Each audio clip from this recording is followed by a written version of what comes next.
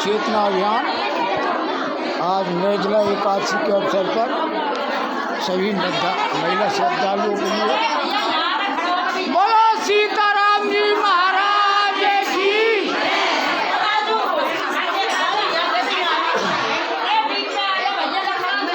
देखो सबके लिए सुनाई देगा। मैं सबके बीच में आ जाऊं तो मुझे कोई ऐतराज नहीं है। नहीं आ रहा है, वो चल रहा है। बोलो सीताराम जी महाराज की जय। एकादशी महारानी की जय। अब देखो मैं पहले तो आप सबको माता बहनों को आपके पुण्य प्रताप को ये धन्यवाद देता हूँ कि कल यहाँ जल पूजन हुआ, गंगा दशहरा था और हमारे राजस्थान के मुख्यमंत्री भजनलाल शर्मा द्वारा हमारे प्रशासन के द्वारा यहाँ जल पूजन कराया गया। आपकी भक्ति से हमारे यहाँ का जल बहुत अच्छा होने लगा है। पहले बहुत खराब हो गया था, आपने भी देखा था। तो ये पुण्य और पाप का प्रतीक है। आप सब तुलसी का पेड़ लगाएं। हर हर तुलसी और घर घर तुलसी का अभियान सफल हो और अपने घरों में पेड़ लगाने के प्रति आज निर्जला एकादशी पर ऐसा मन में विचार धारण करें कि हम एक पेड़ माँ के नाम लगाएंगे और उसकी देख रेख भी करेंगे।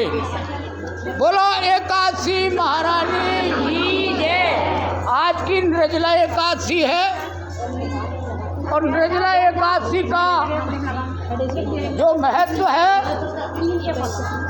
वो महाभारत काल के स्मरण से जुड़ा हुआ है।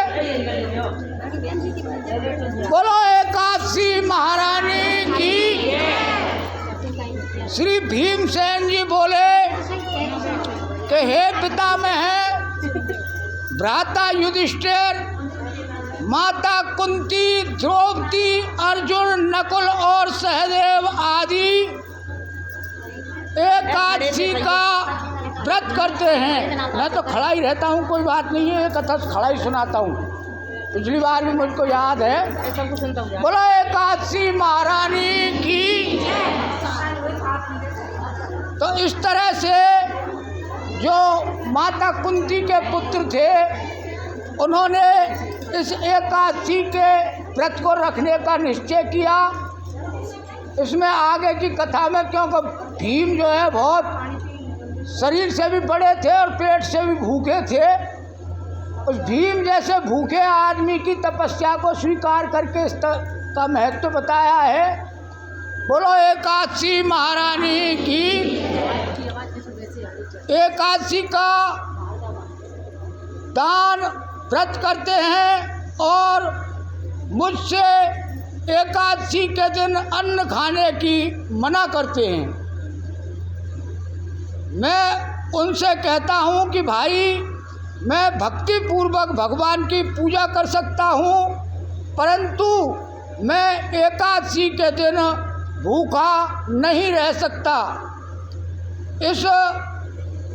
इस पर व्यास जी बोले कि हे भीमसेन, यदि तुम नरक को बुरा और स्वर्ग को अच्छा समझते हो तो प्रत्येक माह की दोनों एकादशियों को अन्न ना खाया करो।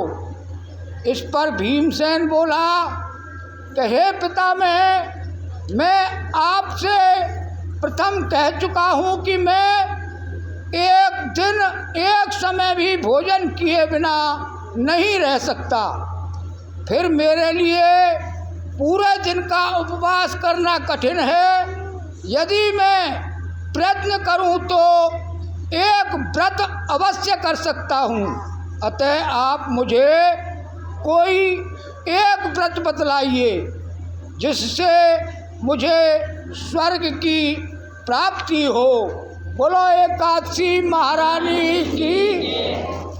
इस पर श्री व्यास जी बोले कि हे वायुपुत्र, बड़े बड़े ऋषि और महर्षियों ने बहुत से शास्त्र आदि बनाए हैं कि मनुष्य को दोनों पक्षों की एकादशियों का व्रत करना चाहिए। इससे उन्हें स्वयं स्वर्ग की प्राप्ति होती है। श्री व्यास जी के वचनों को सुनकर भीमसेन नरक में जाने के कारण अत्यंत भयभीत हुए और लता के समान कांपने लगे। वह बोले कि हे पितामह, अब मैं क्या करूं, क्योंकि मुझसे व्रत नहीं हो सकता। अतः आप मुझे कोई एक ही व्रत बतलाइए जिससे मेरी मुक्ति हो जाए। इस पर श्री व्यास जी बोले कि हे भीमसेन, कृष्ण और मिथुन संक्रांति के मध्य में जेठ माह के शुक्ल पक्ष की एकादशी होती है, उसका निर्जला व्रत करना चाहिए। इस एकादशी के व्रत में स्नान और आचमन में जल वर्जित नहीं है, लेकिन आचमन में 3 माह से जल से अधिक जल नहीं लेना चाहिए। इस आचमन से मनुष्य की शुद्धि हो जाती है। आचमन में 7 माह से अधिक जल मद्यपान के समान है। इस दिन भोजन करने से व्रत नष्ट हो जाते हैं।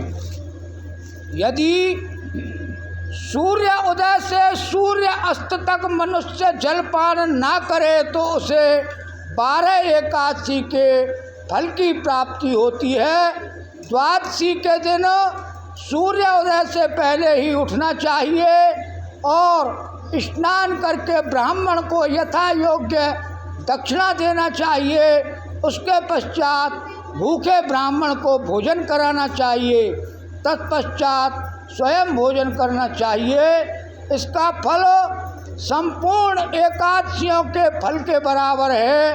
हे भीमसेन, स्वयं भगवान ने मुझसे कहा था कि इस एकादशी का पुण्य समस्त तीर्थों और दोनों के पुण्य के बराबर है।